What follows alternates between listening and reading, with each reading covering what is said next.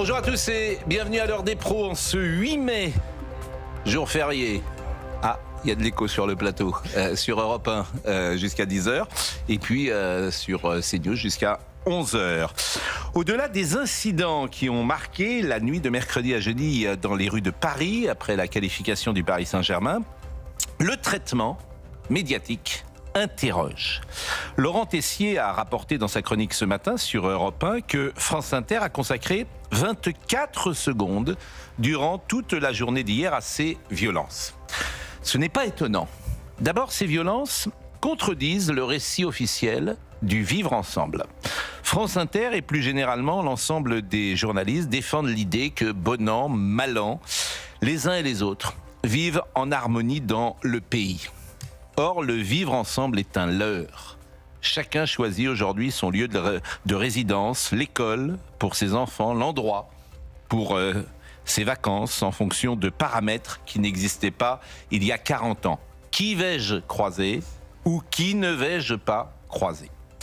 Secondement, ces violences illustrent la haine qu'ont ces jeunes gens contre la police.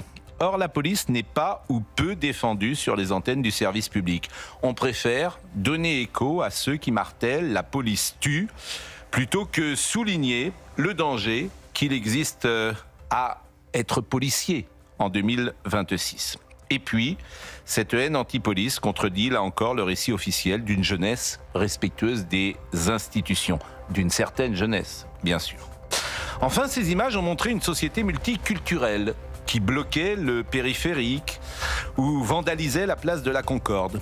La société multiculturelle est souvent multiconflictuelle. Cette thèse n'est jamais admise par le camp du bien.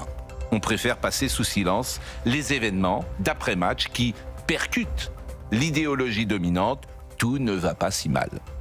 Hier, en dehors du ministre de l'Intérieur Laurent Nunez, seules les personnalités politiques de droite ont commenté les batailles de rue dans Paris.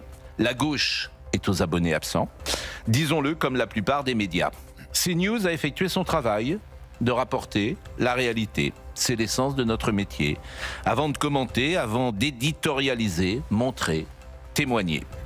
Aujourd'hui, toutes les vérités ne sont pas bonnes à dire, ni à voir. C'est ainsi.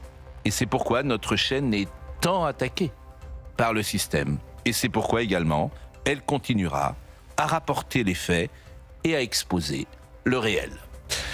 Il est 9h. Marine Sabourin est avec nous.